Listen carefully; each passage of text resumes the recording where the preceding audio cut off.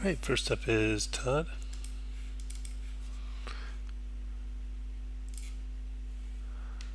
It's full screen.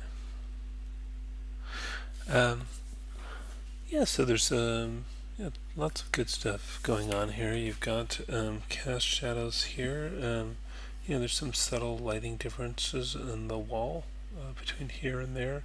Looks like you've tinted the lights. It's looking like, like coming from this side, it's kind of blue and slightly warmer coming from this other side. So all of those things are good.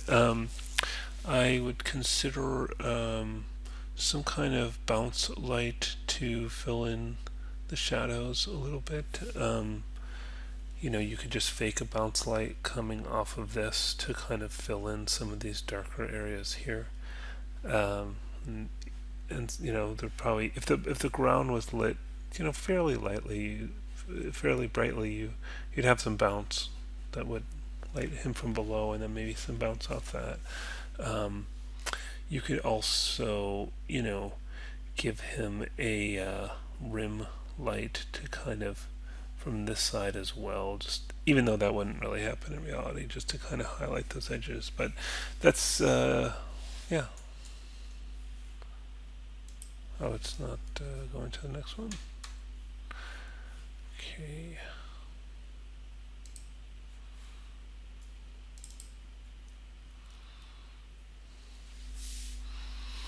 Yeah, it looks good. Again, just wanted to fill in those shadows, I think.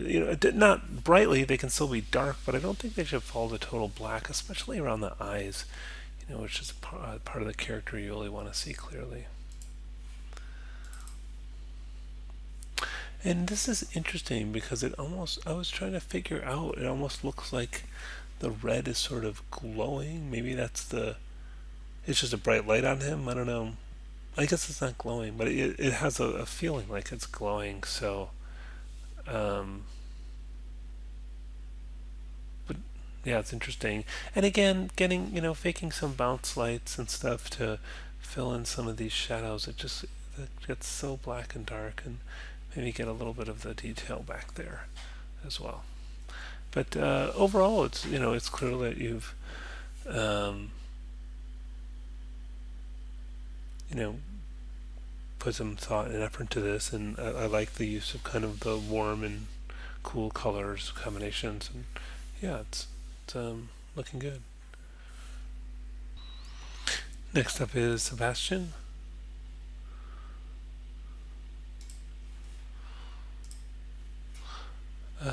So yeah, this is looking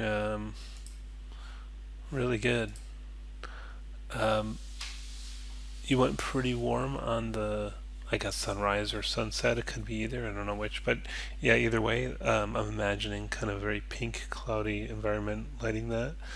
Um, yeah, I mean, maybe if the sun, I guess you've got a pretty dark shadow here, so yeah, it works pretty well. All right. Um, with the sun color this warm, you can go bluer on your shadows if you want. Sometimes that makes for a nice contrast. Um,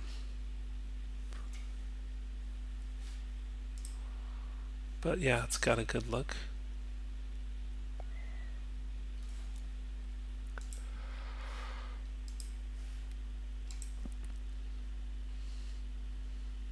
Yeah, good. Um, yeah, I mean, I think this is looking nice. I don't have too much to say about it. I think um,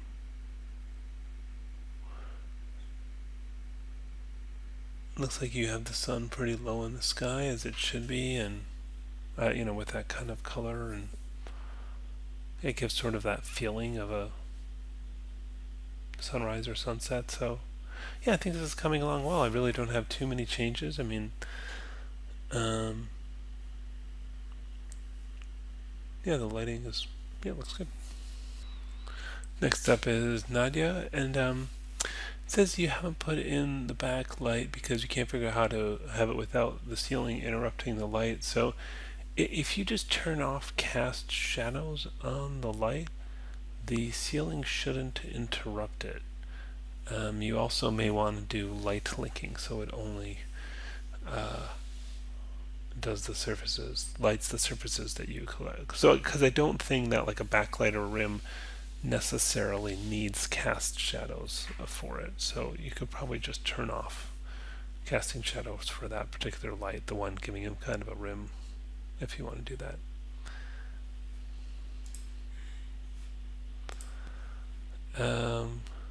Yeah, it looks good. Dramatic really gives you a sense of light source and direction, and clearly looks brightly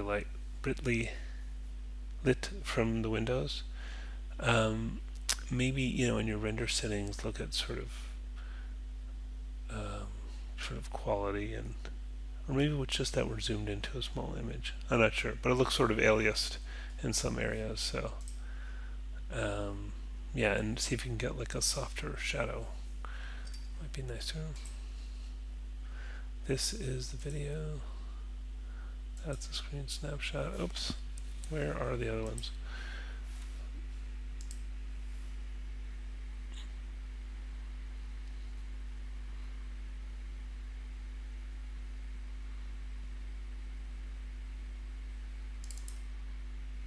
There's one. Yeah, pretty similar to the last one.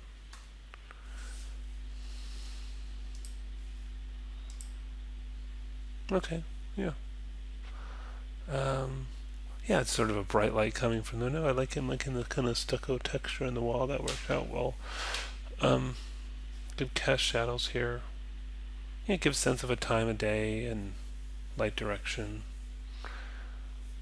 Yeah, don't know that I would change too much on this one. Except to say that shadow going across him, I guess it's just a little distracting. I mean, if he moves through it quickly, it's no problem. But if he's sort of acting in a light with a giant shadow on his head, it would be a little distracting. So you might want to move that up or something. Next up is Steven.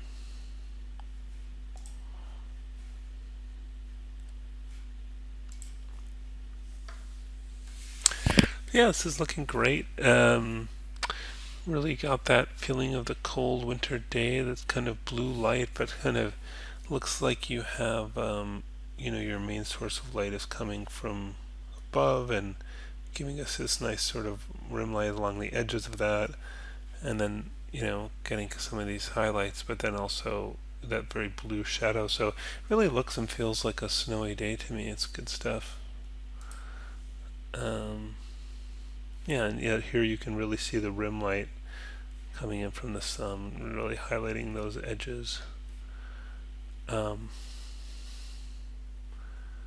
Maybe a little hot on the saucer, but just for fear that that will draw the eye to that more than you want it to draw it to that, but it's probably fine. And I'm really liking the depth of field for the background hill. It really brings this thing to life. It's looking good. If you haven't already, you'll probably want to play with motion blur settings when you do the full render, because it'll look better.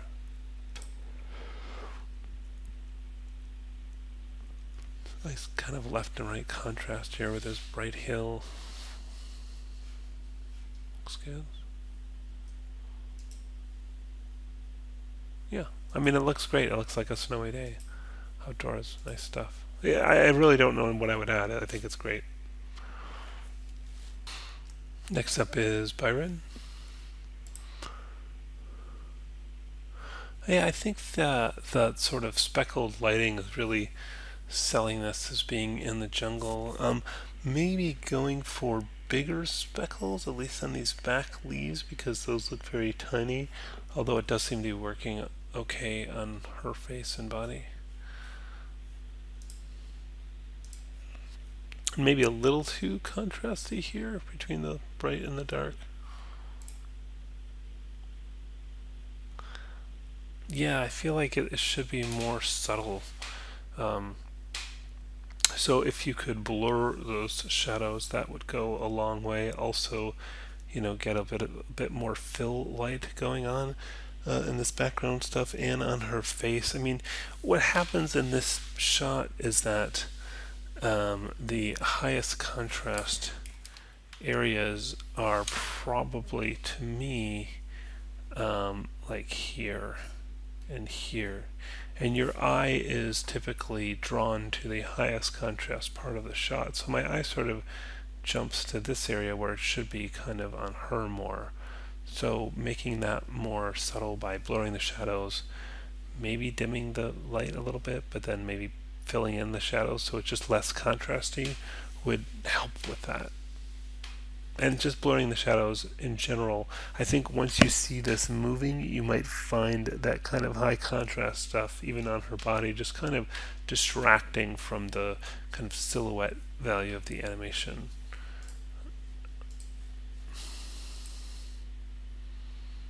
Yeah, I mean, same thing. But that said, doing the sort of Cucaloris thing here is a great thing to do. It's just if you can get it more blurred and less contrasty, it's going to really work better for you.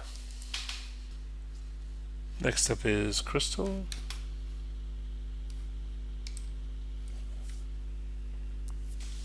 So, yeah, I mean, conceptually, I like the idea of using the monitor as a light source, so that's good, but I think you went too hot and overexposed here.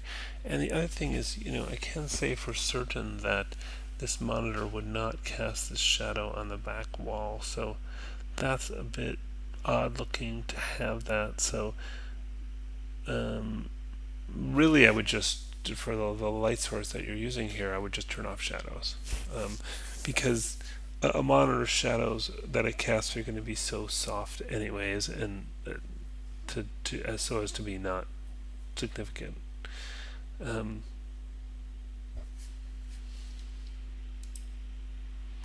That's insanely right. So yeah, I guess my question becomes, where is the light coming into the room?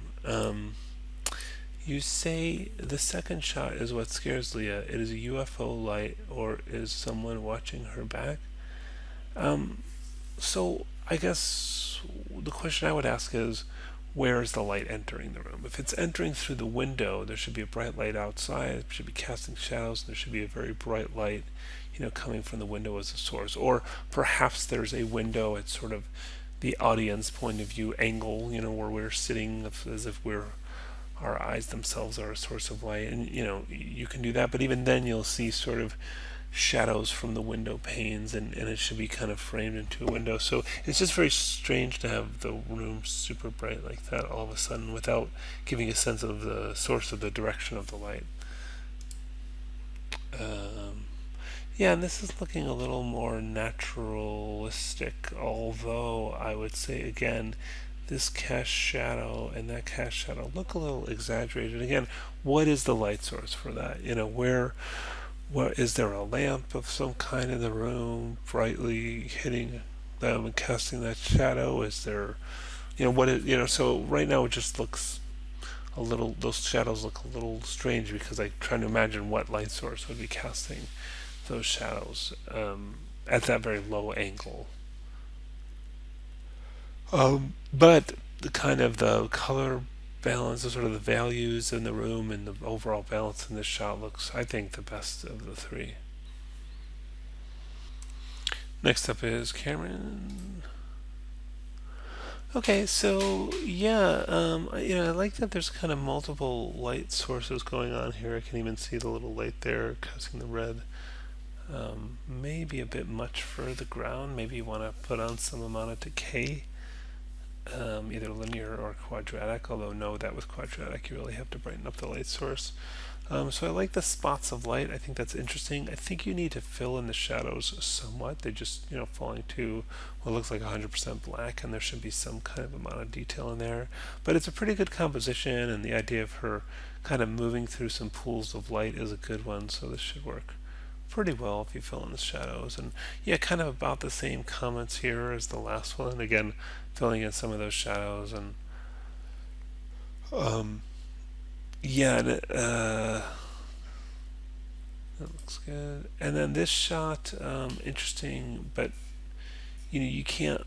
just show like a void in the background. So you may want to kind of, you can have it relatively wide, but you have to kind of come into where either we don't see the background or you have to fill in the background with something.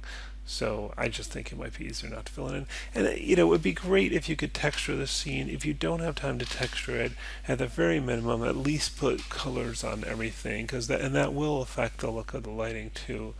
So fill in the shadows, get textures on everything. If you can't get textures, get colors on everything. But yeah, it's coming together, and I think that textures have the opportunity also to help with a sense of scale. When we were talking about the model, I was talking about getting a sense of scale here by having sort of more human-sized things in there. You do have the railing, which is a good reference point, but what else? A keypad where something gets entered, or I don't know, vent, chair, desk, ladder, these kinds of things that give you a sense of the human scale. The rest of it could help flesh out the environment a bit. But anyways, that's not really a lighting point, but uh, might help. Okay, next one is Shawn. Let's take a look. So maybe let's go to the other one first. So you've got this, I guess, candle here with the light source that's kind of brightly lighting that, and maybe hitting her face a little bit. And then you have some light from the window coming in from that direction. We probably wouldn't want a hard shadow for either of those. So if it can be softened, that would be better. I guess that it seems to me that if this window is open and this window is open and this window is open and it's, I assume you're doing daytime. I don't know. There's no background to see. I think it would be just generally a lot brighter in the room. There'd be a lot of light bouncing around the room, and it would be much more brightly lit. So, yeah, I guess that's something to think about. Unless it's nighttime and you just haven't filled in the background yet. But right now, and then you do have a candle lit after all, so maybe it is darker out. But I would just try to get some daylight reference image for what you like it to look like, and do that. And the other thing is, this is a very distinct cast shadow, and I'm guessing that's because it's light coming through one of these windows, and it's supposed to be hitting that somewhere. I'm not really sure, but right now it's pretty contrasty. And I mean, unless there was like a direct light source, then you wouldn't get that distinct cast shadow. So you'd get something probably very, very, very soft. And I'm sort of imagining if these windows are open. I mean, it could be that there was a sun directly in the lined up to cast that shadow, but to me it'd be more diffuse kind of soft light that doesn't really cast very discernible shadows. So that just looks a little out of place to me. And it's also, again, I spoke before about like the highest contrast points of the frame, and certainly the edge of this window and then this object here are the things that my eyes are drawn to naturally, which means that it's not drawn to her. Actually, one quick solution to that would be to adjust the camera so she's kind of framed by this, and then we're really going to be looking at her silhouette there. So something to think about. So yeah, I feel like this could be use a little bit of work. I'd be interested to see what your reference image is, what you're pulling it from, because is it daylight lit? If so, this would be a softer light and fill out the room more and kind of be more brightly lit, which would probably sort of overcome the light coming from that candle, so you wouldn't see that much as far as candle lighting a lot of area if it's a daylight lit room. But anyways, it'd be good to know a little bit more about what you are intending.